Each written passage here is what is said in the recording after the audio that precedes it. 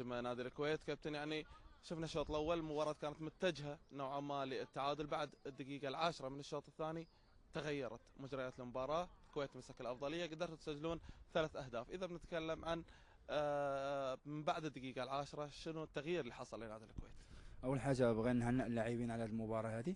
بالنسبه للمقابله جانا فرص في الشوط الاول ما استغليناهمش. الحمد لله دخلنا الشوط الثاني، سمعنا تعليمات المدرب طبقناهم.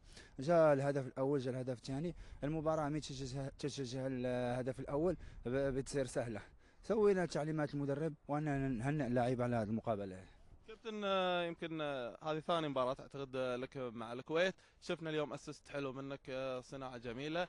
شلون التجانس كان لك مع اللاعبين خلال الفترة البسيطة؟ بالنسبه للتجانس، اذكر اللاعبين ولا مسؤولين نادي الكويت، حسيت براسي بحال من اول التدريبات، حسيت براسي بحال البيت الثاني. اشكر اللاعبين والمسيرين. بالنسبه للمقابلات، نتمنى من الله باش نعطي اضافه للفريق الكويت الكويتي، باني كمحترف كنتمنى من الله باش نعطي اضافه للفريق الكويت شكرا الكويتي ان شاء شكرا الله. كابتن. إن شاء الله. شكرا. اذا وليد، هذه كانت رسالتي من ارضية الملعب.